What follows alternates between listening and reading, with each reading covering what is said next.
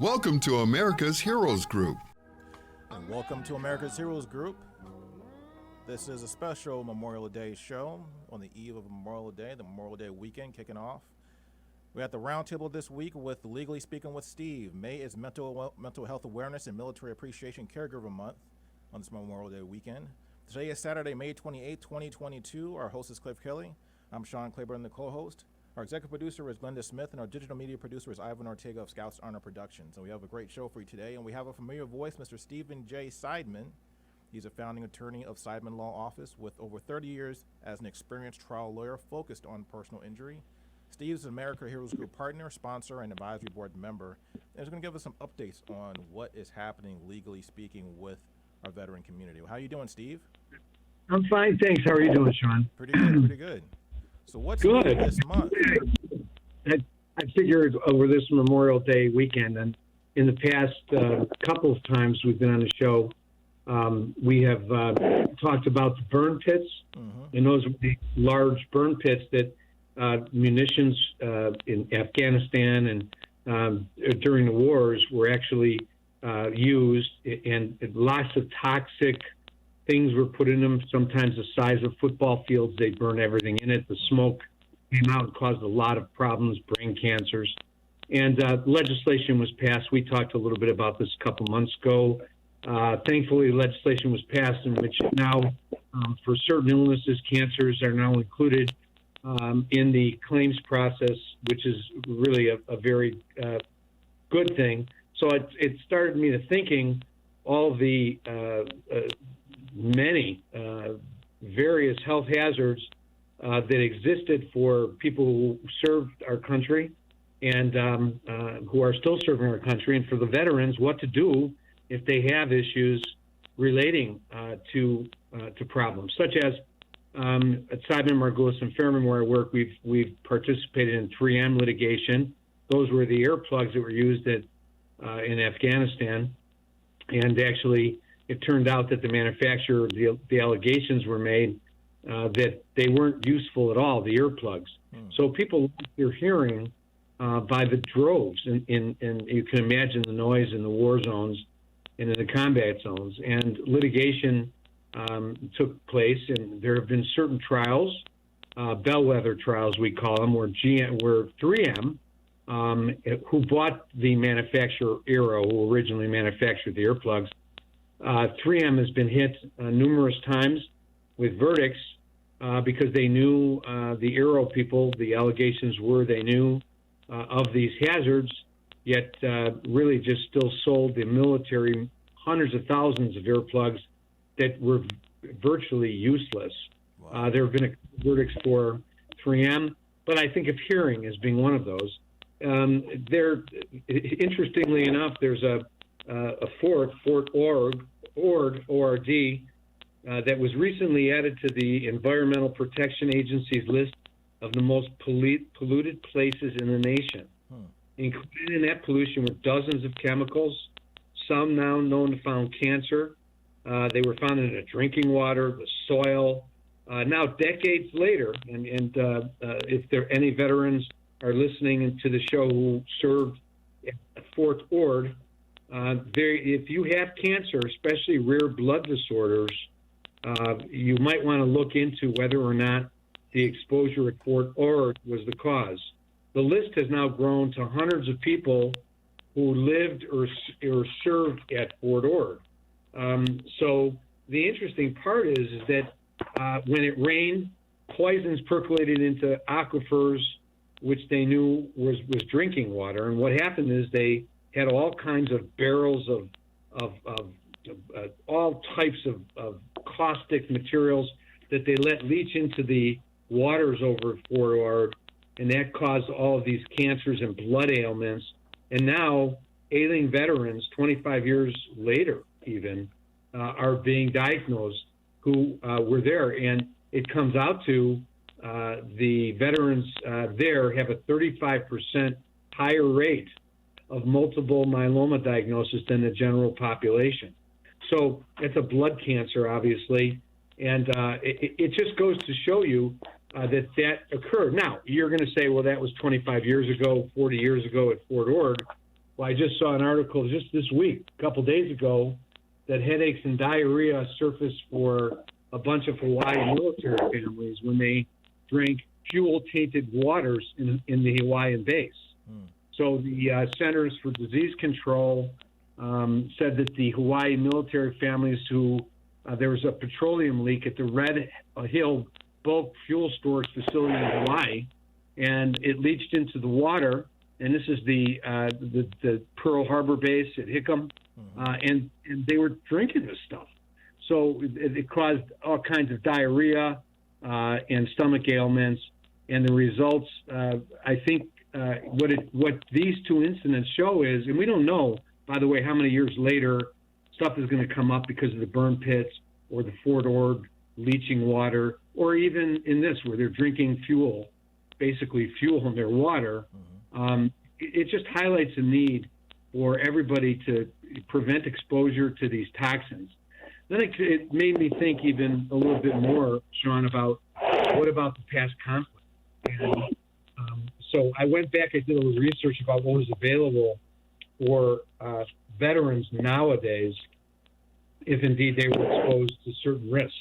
So if we go back to World War II, and all of these risks, if a veteran has these issues, they should go to the website at the va.gov disability and look at the procedures to do. For instance, if we go back all the way to World War II, you have sounds from guns, you have ionizing radiation, because back in World War II, they were playing around with radiation. Right, spent uranium.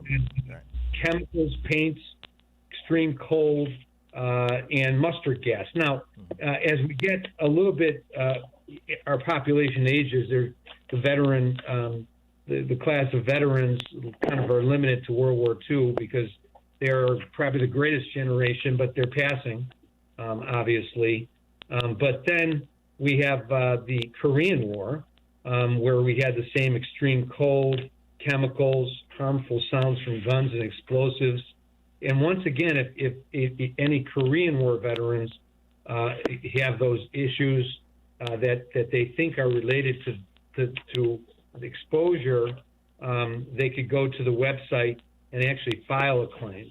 You're going to need a doctor's note, obviously, in order to file a compensation claim. That's one of the things, though, Steve, that I think a lot of veterans are very nervous about. Anyone that signs up to spend any time in the military, one of the things that you're nervous about is that are you going to be exposed to something and then 20 or 30 years later have it kind of reap havoc on your body? Because thinking about even asbestos. Asbestos was something that was used in the military and even in construction industry and across the country, for example.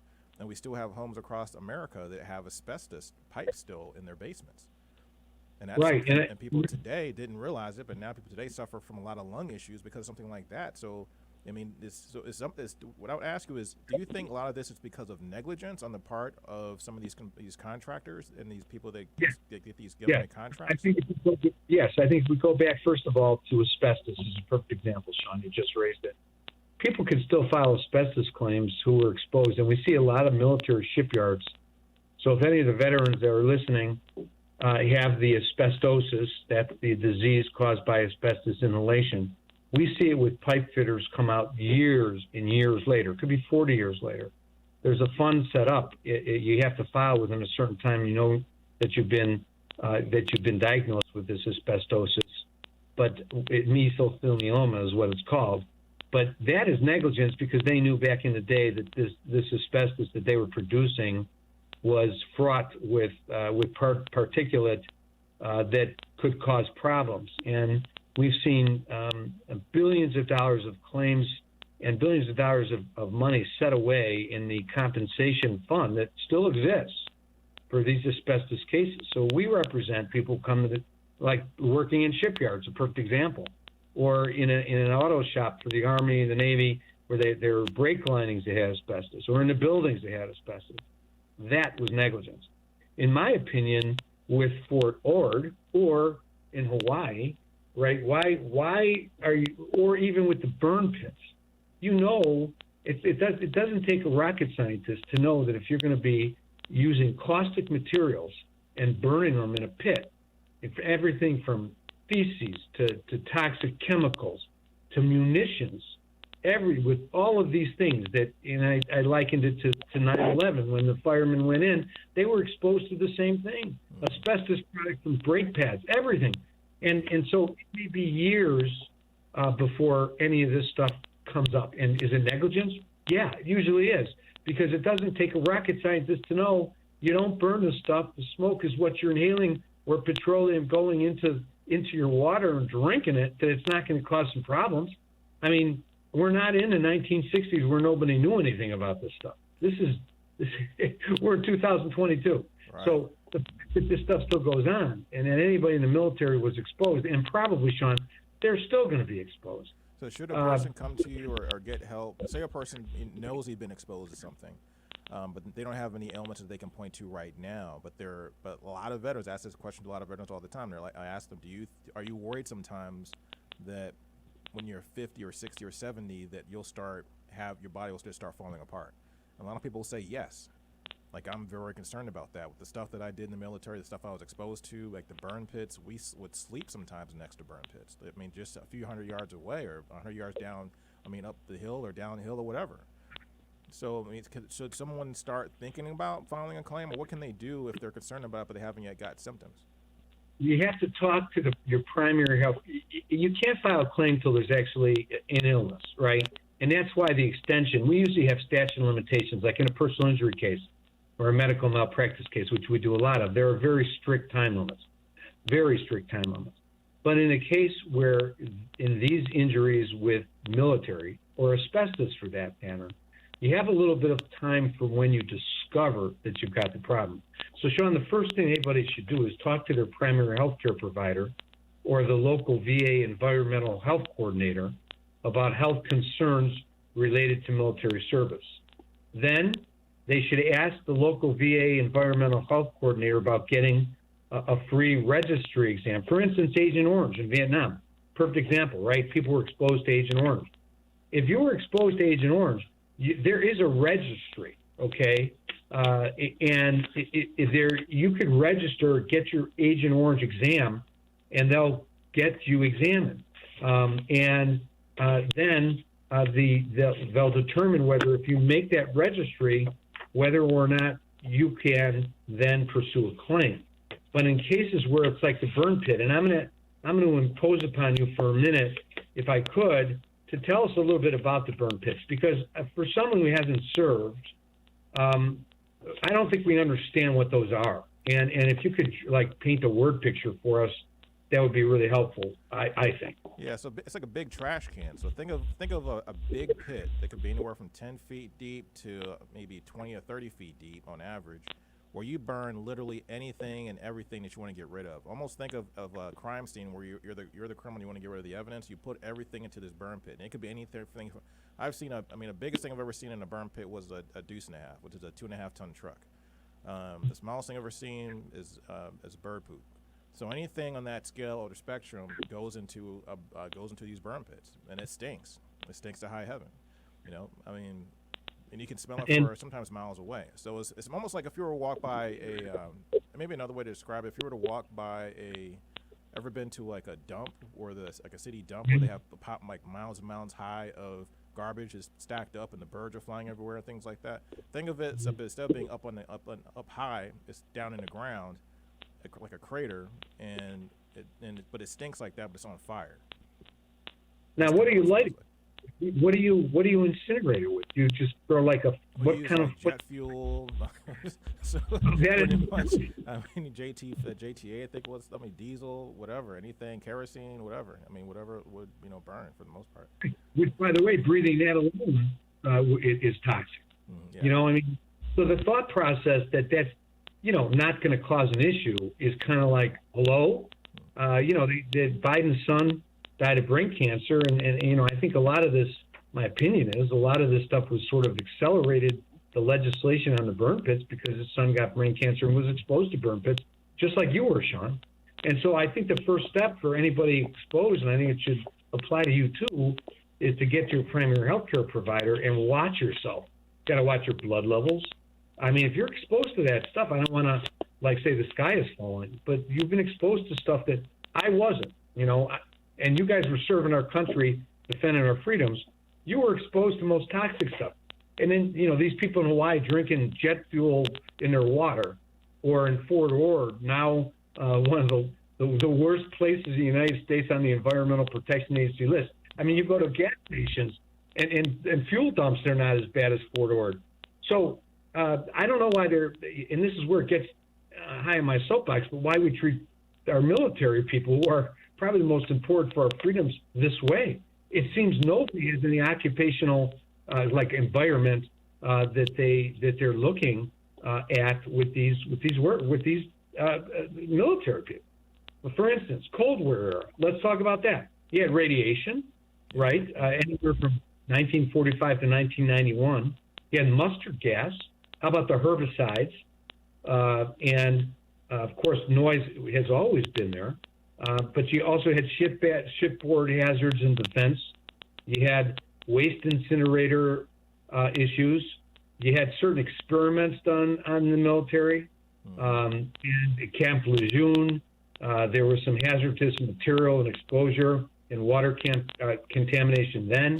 At Fort McClellan, there was a site of possible exposure of low level of radioactive compounds and chemical warfare agents, mustard gas, nerve agents, and PCPs.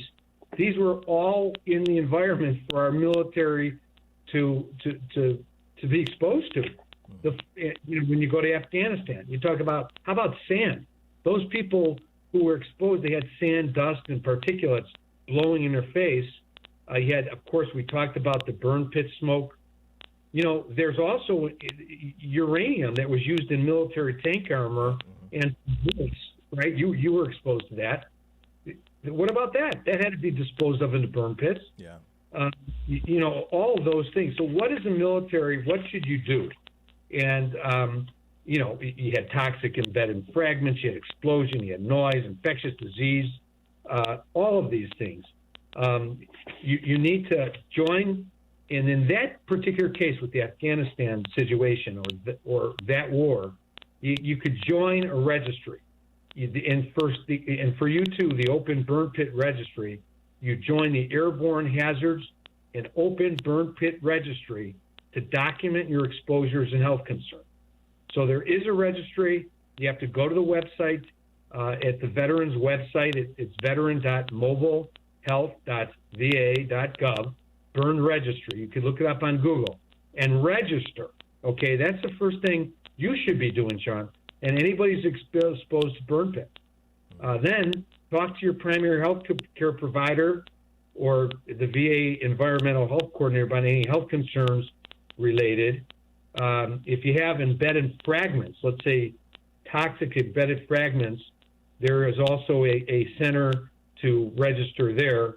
And if you think you had contact with depleted uranium, you got to get screened through the depleted uranium follow-up program. So there are things you could do to document this at this time, and I think that the veterans ought to know that.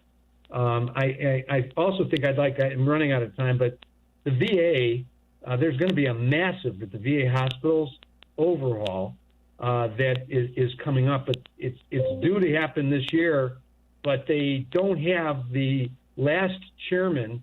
They need 9 representatives, and they can't get the last one because of politics. The Republicans won't agree to the White House. So in the balance now is a potential closing of dozens of VA medical centers, possibly the constructions of dozen more new ones. And this is big for any veteran who has health, because I know we've all been the veterans, if you've gone to Hines or the Lakeside VA, a lot of there's actually $2 trillion to reconstruct 35 major VA or level up north. These hospitals are getting old. It's not state-of-the-art anymore. So if any veterans want to to call their senators, congressmen, there's a very few months left before all that money expires, that they have to figure out what to do. So that is another part of health that is obviously very important to everybody. The hospitals, the VA centers, where do I go for my treatment? So that's going to expire relatively soon. So, Steve, I really appreciate your time and all the information you've given us. I'm definitely going to check out that registry. My exposure to burn pits was very limited, thank God. But I would be one of the guys actually responsible for putting stuff in the burn pit with my MOS as a mechanic and stuff that we had to deal with. So that was something that I think is really important. I'm going to go back and look at my records and talk to my people, my former comrades in service, and make sure that we do what we need to do to protect ourselves and our exposure to these kind of dangerous chemicals. And it's like I said, it's not limited to burn pits. It goes to a lot of different things. I appreciate your time. thank you very much, Sean. This is the American Heroes Group. We'll be right back after these messages.